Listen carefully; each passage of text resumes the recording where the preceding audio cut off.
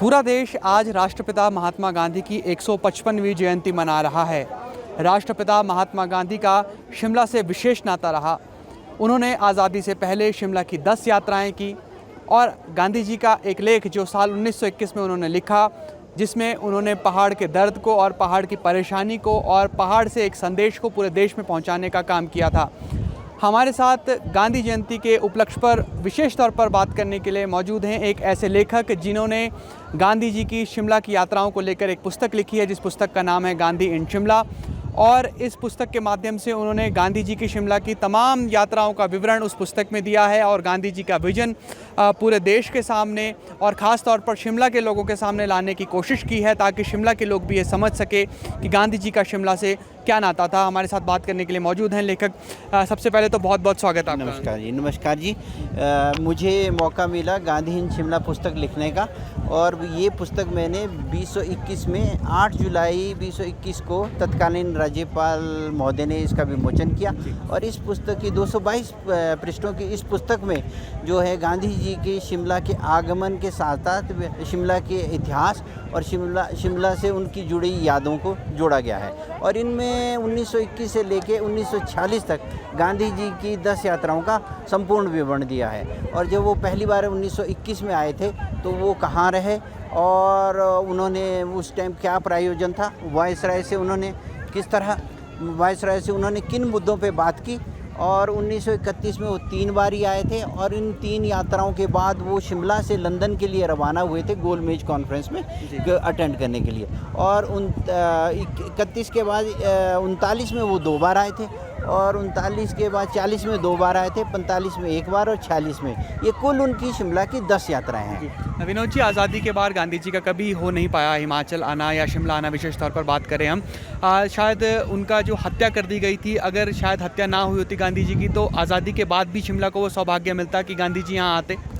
गांधी जी को शिमला पसंद नहीं था। उन्होंने 1921 में जो लेख लिखा 500वीं मंजिल, उसमें उन्होंने शिमला का व्याख्यान अच्छा किया कि इसका नामकरण कैसे हुआ और यहाँ किन किन चीज़ों की कमी है। यहाँ जल की कमी थी, मकानों की कमी थी, रास्तों की कमी थी, और जो रिक्शा पे चलना उन्हें बिल्कुल पसंद नहीं था कि आदमी आदमी को खींचता है। तो शायद मैं ये कह सकता हूँ कि गांधी जी सिर्फ आज़ादी की लड़ाई के लिए ही शिमला आए और किसी पर्यटक की उसमें सूरत में नहीं आए कि पर्यटन की दृष्टि से वो आए हैं। और जब वो आए तो उनका प्रायोजन अपनी वार्ताओं तक ही सीमित था, या उन्होंने जनसभाएं की जो शिमला में अपना संदेश दिया। और 1921 में जब सबसे पहले आए तो यहाँ के आवाम को किसी बड़े नेता, उससे पहले लाला लाजपत राय, मदन मोहन मालवीय जी वगैरह एडवर्डगंज में रैलियां करते थे और यहाँ की बात उठाते थे। तो पर गांधी जी ने जब सबसे पहले यहाँ पर स्वराज की बात उठाई तो यहाँ पर पहाड़ों में स्वराज की क्रांति का एक सूत्रपात हुआ। क्योंकि जो भी शिमला में अंग्रेज़ तो बहुत कम थे, भारतीय बहुत ज़्यादा काम करते थे, और आसपास के गांव और यहाँ से संबंधित जब वो अपने अपने गांव में जाके उन्होंने गांधी के विचारों को रखा, तो जो स्वराज की विहार है वो गांधी जी के आगमन से ही यहाँ बही। गांधी जी का जो ये लेख है 500वीं मंजिल, क्या इंगित करता है, क्या संदेश गांधी जी का था पूरे देश के लिए पहाड़ों से? ये जो गांधी जी का 500वीं मंजिल का संदेश था, उनका ये कहना था कि जिस प्रकार मुंबई में या आज का मुंबई और उस टाइम का बॉम्बे में ये था कि अगर कोई अपनी दुकान 500वीं मंजिल पे खोलता है, जैसे वहाँ पर कोई भी ग्राहक नहीं जा सकता, वैसे ही जैसे स्वराज ये 7500 फीट की ऊंचाई से चला रहे थे, तो ये देश की दशा दिशा को नहीं समझ सकते। और यहाँ से चलाना ये अपने ऐशो आराम की जगह थी, और यहाँ से वो न्याय नहीं कर सकते थे। जैसे उन्होंने कहा है कि 3 करोड़ भूखे बच्चे देश में रहते हैं, गरीबी की इतनी हालत है, तो अंग्रेज़ यहाँ से वो न्याय नहीं कर सकते जो कि उन्हें और हमें उन्हें 500वीं मंजिल से पहली मंजिल पे लाना होगा, और यही स्वतंत्र है, और लोगों को इस बात को समझना भी होगा। ये बात उन्होंने कही। गांधी जी का जो संदेश था कि सांप्रदायिक सद्भाव का, धार्मिक एकता का, या फिर सभी जाति के लोग, सभी धर्म के लोग मिलजुल कर रहें, आज भी हम देखते हैं कि 2024 में भी वो उतना ही ज़्यादा प्रासंगिक है। तो गांधी जी ने सालों पहले, लगभग 100 साल से भी ज़्यादा पहले एक बात लिख ली। मौजूदा वक्त में अगर हम देखें, क्योंकि हम देख रहे हैं कि शिमला और हिमाचल में क्या हालात इन दिनों धार्मिक दृष्टि से हैं, वो कितना प्रासंगिक है गांधी जी की बात सालों पहले कही गई?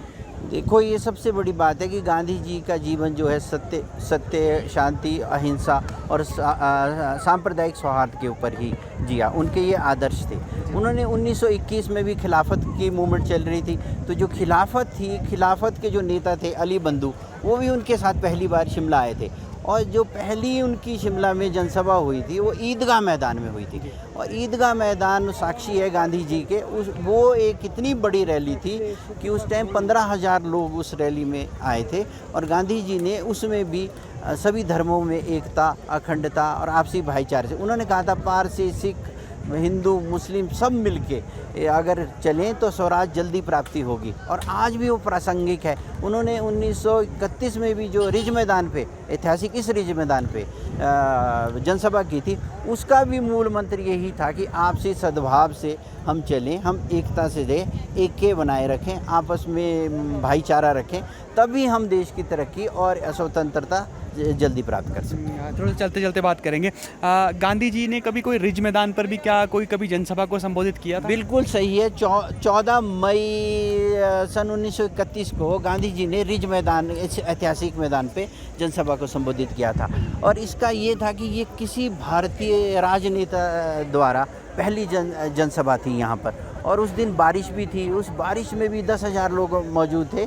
तो गांधी जी ने अपनी बात को बहुत सच्चाई से लोगों के सामने रखा था। और इसकी रिज मैदान की ऐतिहासिकता भी इसी से बनती है कि गांधी जी जो थे, गांधी जी को इस पे यहाँ मौका, इससे पहले तो वायसराय की रैलीज और उनके जन्मदिन या रानी का जन्मदिन या राजाओं के जन्मदिन मनाने का था, भारतीयों के लिए कोई था। पर यहाँ के जो तत्कालीन कांग्रेस के नेता थे, उन्होंने यहाँ का परमिशन लेके गांधी जी की रैली को यहाँ करवाया। और ये ऐतिहासिकता था। इसी ऐतिहासिकता को देखते हुए गांधी जी की प्रतिमा को 2 अक्टूबर सन 1956 को यहाँ पर स्थापित किया गया। जी, अगर हम बात गांधी जी के जीवन की करें तो गांधी जी 10 बार यहाँ आए, लेकिन यहाँ जो रिज मैदान पर जो यात्राओं का विवरण दिया गया था उसमें सिर्फ 8 ही यात्राओं का शायद जिक्र था। आपने कैसे वो लड़ाई लड़ी, और अब गांधी जी की पूरी यात्राओं का 10 यात्राओं का विवरण है, वो भी उन बातों के साथ कि गांधी जी कहाँ गए, क्या किया, किसके साथ वार्ता आई और क्यों यहाँ पर उनका आने का उद्देश्य क्या था।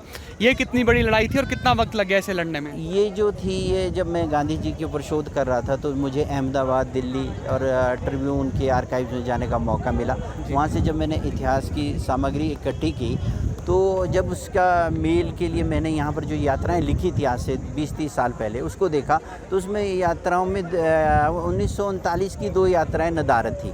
और उन 2 यात्राओं को नदारद होने के कारण यहाँ 8 यात्राएं गांधी जी की लिखी थी।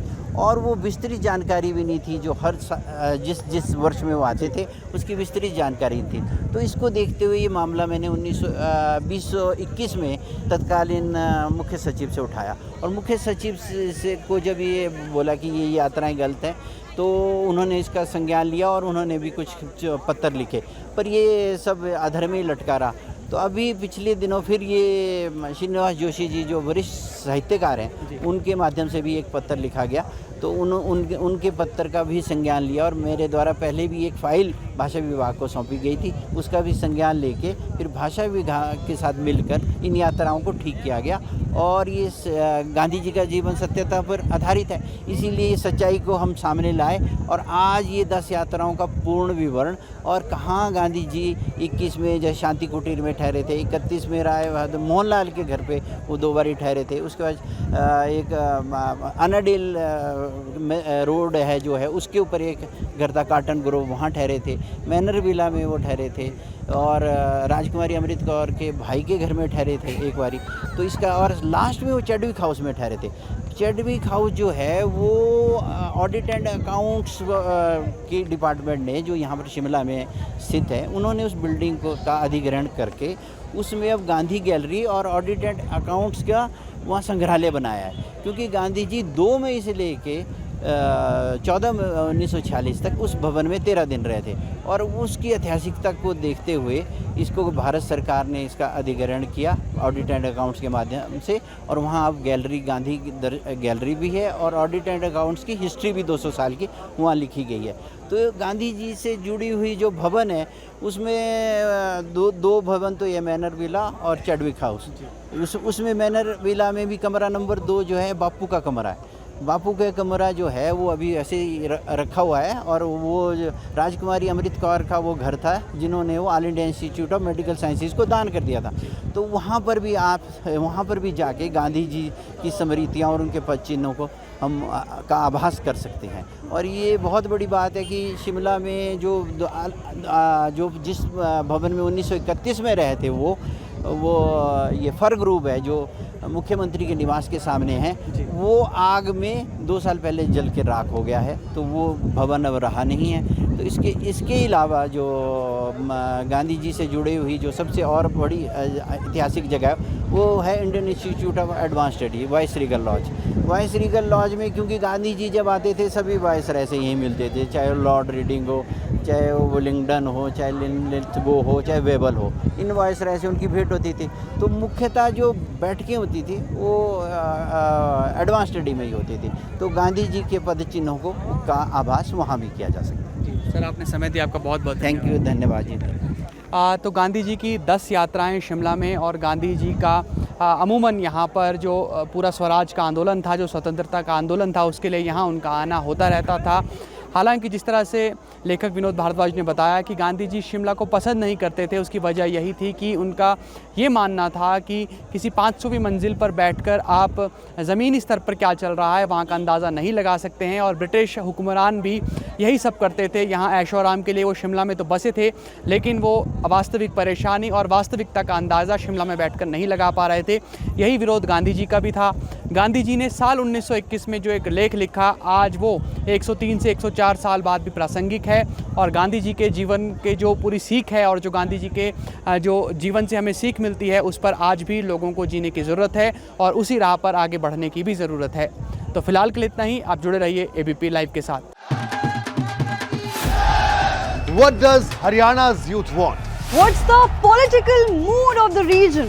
Will these assembly elections correspond to Lok Sabha election results? सरकार बनेगी तो 36 बरादरियों की सरकार बनेगी। Ram Ram. Who will have the last laugh? Will it be Naib Singh Saini of BJP और Bhupinder Singh Hooda from Congress will turn the tables this time? Haryana में मौजूद है हम इस वक्त। Get to know the ground reality of the Haryana elections 2024 with real-time updates in your language and your preferred platform. Only on ABP Live Election Center. Sahi information, har election.